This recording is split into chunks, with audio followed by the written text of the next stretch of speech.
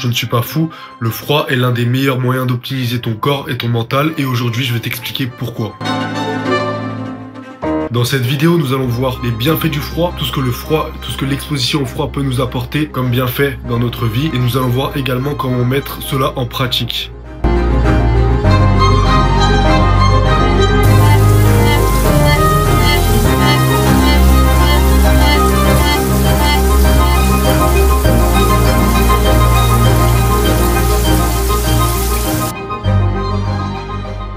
Donc maintenant on entre dans le cœur du sujet, comment le froid peut avoir un impact sur la testostérone, sur l'énergie, sur le corps en lui-même. Le premier bienfait qu'on remarque lorsqu'on s'expose au froid, c'est une augmentation de la testostérone.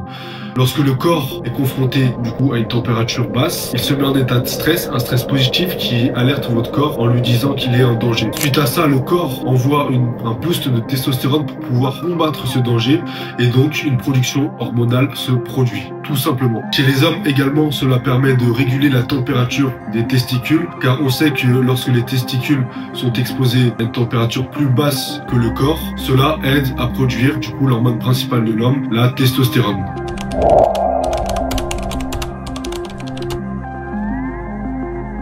Le deuxième bienfait lié à l'exposition au froid, c'est l'amélioration du système immunitaire. Des études démontrent que l'exposition au froid produit une augmentation des globules blancs. Des études montrent que l'exposition régulière au froid stimule la production de globules blancs qui sont essentiels pour combattre les infections et les maladies. En deuxième point, l'augmentation de la noradrénaline. Le froid déclenche la libération de noradrénaline, un neurotransmetteur qui joue un rôle clé dans la modulation de l'inflammation et du système immunitaire. Cela aide à réduire les réactions inflammatoires excessives et à mieux gérer les infections. En troisième point, une meilleure stimulation du métabolisme et de la circulation sanguine. Le froid améliore la circulation sanguine. Une meilleure circulation sanguine signifie un transport plus efficace des nutriments et des cellules immunitaires dans le corps. En quatrième point, l'activation du stress adaptif. L'exposition au froid est un stresseur positif qui force le corps à s'adapter et à renforcer ses défenses naturelles. Cela améliore la résilience globale du système immunitaire face aux agressions extérieures. Et enfin, augmentation des antioxydants. Le froid stimule la production d'antioxydants qui protègent les cellules contre les dommages oxydatifs et renforce l'immunité. En résumé, le froid entraîne ton système immunitaire comme un muscle, le rendant plus fort, plus efficace pour lutter contre les infections.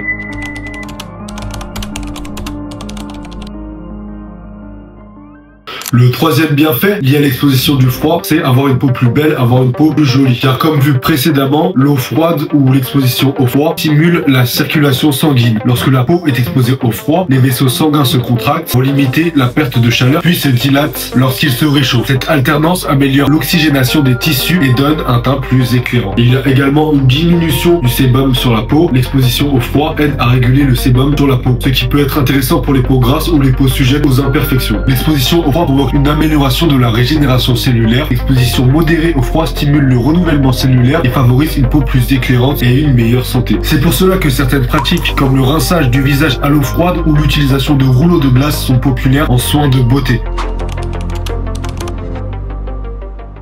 Et enfin, le quatrième bienfait que j'ai choisi pour cette vidéo, la récupération musculaire. En effet, lorsque nous sommes exposés au froid, que ce soit après une séance de sport, de musculation ou peu importe, cela aide à récupérer plus vite et à réduire les douleurs musculaires. Voici pourquoi. Réduction de l'inflammation. Le froid diminue les gonflements et les douleurs après un effort intense. Comme on l'a vu précédemment, il y a une amélioration de la circulation sanguine. En alternant contraction et dilatation des vaisseaux, le froid aide à éliminer les toxines et accélère la récupération. Il y a un effet anesthésiant, il réduit la sensation de douleur et la fatigue musculaire. Il y a également la prévention des blessures. En limitant les micro-lésions dans les muscles, le froid diminue le risque de blessure. C'est pour cela que les sportifs utilisent les bains froids ou les packs de glace après l'entraînement.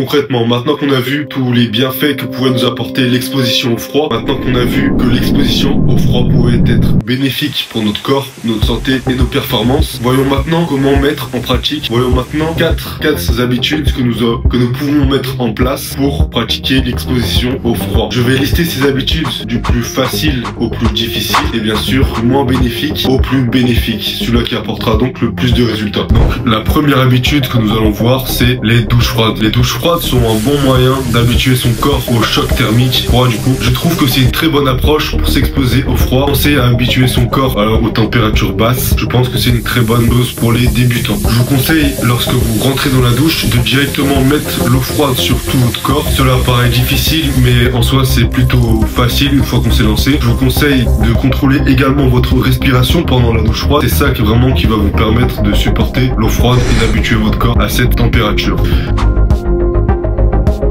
Et donc la deuxième méthode pour s'exposer au froid, c'est de sortir dehors avec une tenue plus légère qu'on a l'habitude de porter. Et particulièrement l'hiver, là où ça va être le plus efficace. Je fais cela depuis peut-être plus d'1 an et j'ai habitué mon corps au froid. Et donc en sortant avec une tenue plus légère, vous habituez votre corps à s'habituer à une nouvelle température et votre corps est obligé de s'adapter. Je vous conseille de le faire petit à petit et je pense que c'est une très bonne méthode pour s'exposer au froid. La troisième méthode, et qui est pour moi ma favorite, c'est les bains glacés. Les bains glacés sont une excellente méthode d'expérimenter le froid. Vous pouvez par exemple l'expérimenter en achetant un bac de récupération d'eau ou une bassine que vous pouvez mettre dehors dans votre jardin si vous en avez, ou directement prendre des glaçons et l'ajouter dedans. Ce que je vous conseille, c'est d'acheter une bassine de récupération d'eau que vous pouvez acheter dans les magasins de bricolage. Et donc la méthode, ça va être de rester de 3 à 5 minutes dans l'eau glacée et vous allez pouvoir tirer profit de tous les bienfaits que vous apportera le froid. Et enfin, la quatrième méthode, c'est se baigner dans un lac glacé, notamment en montagne ou proche de chez vous si vous en avez l'occasion. Je vous conseille de rester 3 à 5 minutes maximum dans l'eau glacée pour vraiment tirer profit de tous les bienfaits que l'eau froide peut vous apporter. Ne le faites jamais seul, soyez accompagné de quelqu'un au cas où il pourrait se produire une hypothermie. Et donc la technique, rentrez dans l'eau froide progressivement, contrôlez votre respiration et ensuite sortez, couvrez-vous et voyez par vous-même. Merci d'avoir regardé cette vidéo jusqu'à la fin. J'espère que tu vas pouvoir mettre en pratique tout ce que nous avons parlé dans cette vidéo. Et si tu ne me connais pas encore, moi c'est Denzo. Je fais des vidéos sur le développement personnel, sur tout ce qui peut améliorer ton corps, ton mental et ton esprit. Et si cette vidéo t'a plu, je t'invite à mettre un pouce bleu, à commenter et à t'abonner pour suivre mes prochaines vidéos. C'était Denzo, merci.